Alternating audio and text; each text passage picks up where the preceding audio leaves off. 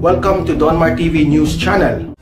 Preliminary conferences for the 3 disqualification cases against presidential aspirant Ferdinand Bongbong Marcos Jr. were set on January 7, 2022. Good evening, Harleen. COMELEC First Division Presiding Commissioner Maria Rowena Guanzon disclosed the summons over the 3 disqualification cases against former Senator Ferdinand Bongbong Marcos Jr. were already issued. These have been sent to their election officers. The summons would also be served personally to the respondent Marcos. Guanzon added Marcos is directed to file his verified response to each petition or case within 5 days upon receipt of the summons. The preliminary conference of the cases will be on January 7, 2022, Friday. The disqualification cases were filed by Bonifacio Ilagan, Akbayan, and other civic leaders, and NCMF Commissioner Abubakar Mangelen, who introduced himself as the duly elected chairman of Partido Federal ng Pilipinas or PFP. The petitions all have a common denominator, which is the tax conviction of Marcos in 1995 over failure to file his income tax returns. Meanwhile, COMELEC spokesperson Director James Jimenez clarified that they did not set a timeline for the resolution of the cases. Resolutions of these petitions will also not be released at the same time, but it would depend on which one will be resolved first. They're promulgated, out na kagad yan, no? Wala namang so far, walang movement to consolidate anything. Nangyayari lang naman yan pag nagko-consolidate. Harleen, currently there are 6 petitions against Marcos before the COMELEC, which include 4 disqualification cases and 2 COC cancellation cases. Sa kanyang public address kagabi, pinirmahan ni Pangulong Rodrigo Duterte ang resolusyon na nagdedeklara ng state of calamity sa 6 na rehiyon sa bansa na matindi ang natamong pinsala dahil sa bagyong Odette. Kabilang sa mga nasabing rehiyon ay ang Mimaropa, Western Central at Eastern Visayas, Northern Mindanao at Caraga Region. Ayon sa Pangulo, may pondo na para sa tulong na ipamamahagi sa mga naapektuhan ng bagyo. Pero hinihintay pa niya ang ulat na manggagaling sa National Disaster Risk Reduction and Management Council para maiproseso ang ilalabas na pondo. Basta this week, mga dawat ninyo, mga naalang ko'y ginahuat nga tanang report sa damages na kinahanglan ng good na Friday lahat maabot na sa inyo. Hindi na ididetalye ng Pangulo ang kabuuang halaga ng pondo para sa typhoon aid at kung saan ito huhugutin. Panawagan ng Pangulo sa mga apektadong lokal na pamahalaan. Gamitin ang lahat ng resources para sa kanilang mga residenteng hinihintay ang pera na manggagaling sa national government. We have to get hold of the money para ma-download na yun nato. So I'm asking the local officials kung may mga resources pa kayong naiwan, pati yung mga munisipyo, if there's a calamity funds ninyo, pwede ninyong gamitin. Ngayong araw, inaasahang bibisitahin ng Pangulo ang Siargao at Dinagat Islands.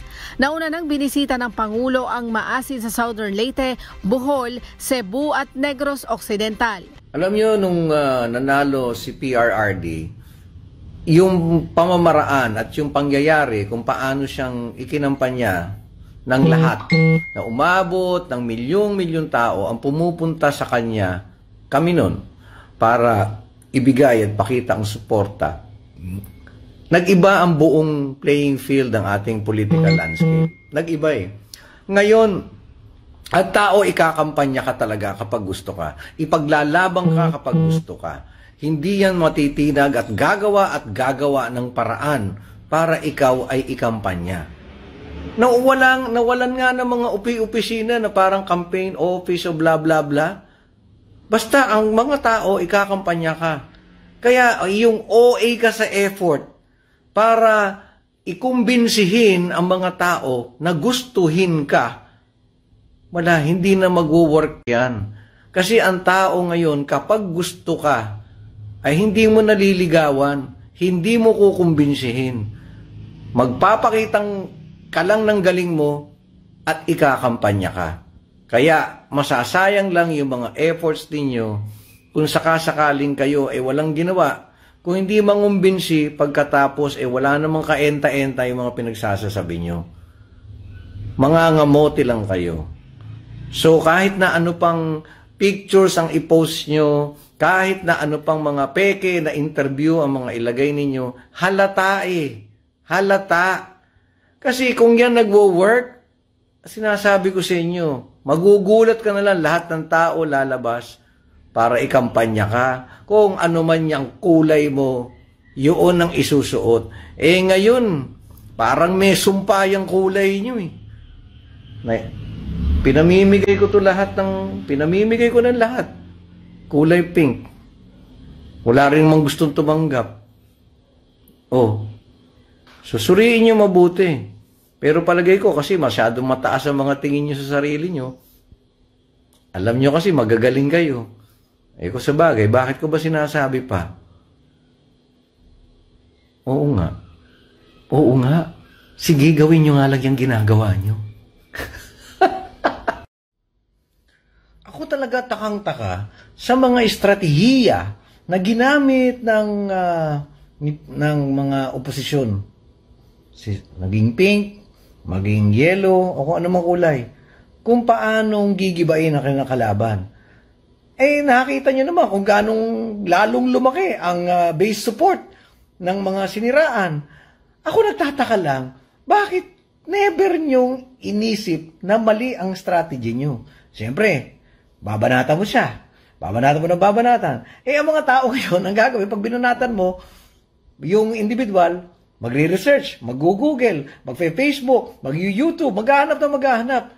Hindi nyo man lang chinek. Teka muna, may makikita ba ang mga tao na susuportahan yung inyong mga akusasyon? Ang lumabas, puro kontra sa mga sinabi nyo. Kaya, ayan.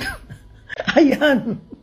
Kahit saan pumunta, yung siniraan nyo, ngiti lang ng ngiti, kayo ang nagpalaki ng kanyang support base. Sus Mariosep. And then, kaya ako tuloy ako minsan iniisip lang, kunyari kaya kayo ang iisipin kong bigyan ng aking paniniwala. Paano akong maniniwala? Sa pangangampanya pa nga lang, nuknukan na kayo ng bugok. Ako tip ko lang, dito sa mga fan ng mga makulay, na iba-ibang kulay, alam nyo, kung gusto nyo dumami ang supporters ninyo, huwag nyong awayin yung supporters ng kabila. Alam mo, tingnan mo kami hindi kami naghahanap ng dagdag na supporter. So, kung sabihin ko kayo tatanga-tanga kayo, ano naman. Pero, kayo wala kayong ginawa, kundi insultuhin yung mas nakakarami. Paano dadami boto sa inyo? Yung ba naiisip nyo? Hindi nga, sige nga. Di ba dapat dumami ang supporters ng kinakampanya nyo para manalo? Ngayon, kunyari inaaway nyo at iniinsulto, kagaya si Atty. Tom, sinasabihan nyo ng ano ba yun? Tobago ba yun?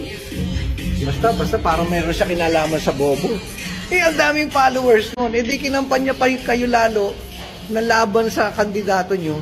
Kayo ba talaga nag-iisip? Hindi nga. Mag-meeting nga kayo, tapos magsampalang kayo sandali para makalug yung mga utak nyo para gumana. May baray. Puro kayo, parang buffering pagkatapos, hindi na natapos sa buffering. Ano ba naman kayo? Gusto nyo ba tulungan na namin kayo para madagdagan lang ako? Kasi talaga, ewan ko talaga tayo, namimili rin tayo ng mga magiging senador. Ang senador po ay gumagawa ng batas. Okay? So, yung batas na yan, kailangan reflective na totoo ng sitwasyon. Ina-address niya yung tunay na sitwasyon ng bansa. Hindi yung nabasa niya lang sa Facebook o kung ano yung pinag-usapang mainit, bigla siyang kikilos. Hindi talaga for everyone ang Senate. Kailangan yan, mayroong komprehensibong appreciation, yung iboboto mo kung ano man ang kanyang linya. Bakit ko nabanggit yan? Kasi ang nangyayari, hindi represented very well sa Senate ang ang mga sektor na bumubuo ng isang maunlad na bansa. Meron ka bang senador na masasabi mong mahusay sa agriculture? Meron ka bang senador na masasabi mo talagang mahusay sa environment? Yung totoo hindi yung kasi napagtripan niya lang. Second, ang tagal-tagal na nating hindi nakarinig ng isang politiko, leader, na napakalaki ng halaga ng kanyang binibigay na halaga sa kultura. Akala lang natin kalandian ng kultura. Naku, yan po isa natin sa pinakamalaking pagkakamali. Tingnan niyo yung mga mauunlad na bansa. Bakit nila mahal na mahal yung bansa nila? Dumadali kasi ang pagbibigay ng direksyon ng iyong leader kung ang iyong mga pinasusunod ay nauunawaan kung sino sila para maintindihan niya yung for the good of the majority, for the national interest. Tayo yung national interest, salita lang Pero yung national interest, maiintindihan lang natin yan kung naiintindihan mo kung sino ka at ano ang relasyon nitong national interest sa'yo kasi kasali ka nga doon. Okay? So, culture ang sumasagot dyan. Ang culture natin, sino nag-define? Television, artista, influencers, pati yung mga problema mo sa mga jowa mo, dito na di-define. Ang maganda, dinidefine din dito. Pero tinapon yung lahat, yung pinanggalingan nating culture, kasi tiningnan natin yun as hindi uso. Baduy, paano nangyari yun? Yan ay kaparte ng iyong buhay. Kaparte yan ng lahi mo. Hindi mo yan pwedeng sabihin pangit at hindi na uso. Nakikita mo ang Japan, ang Thailand, and all these other countries na napakabilis ng pag-unlad sa ating kapaligiran because they understand this very, very deeply understand the value of culture because they know it defines kung sino sila. Therefore, yung leader, kapag sinabing dito tayo, kaya ng populasyon na isakripisyo yung ibang bagay-bagay kasi nakikita niya yung vision ng kanyang leader for the national interest. It is virtually impossible for anyone to understand national interest if they do not know their individual contribution and participation towards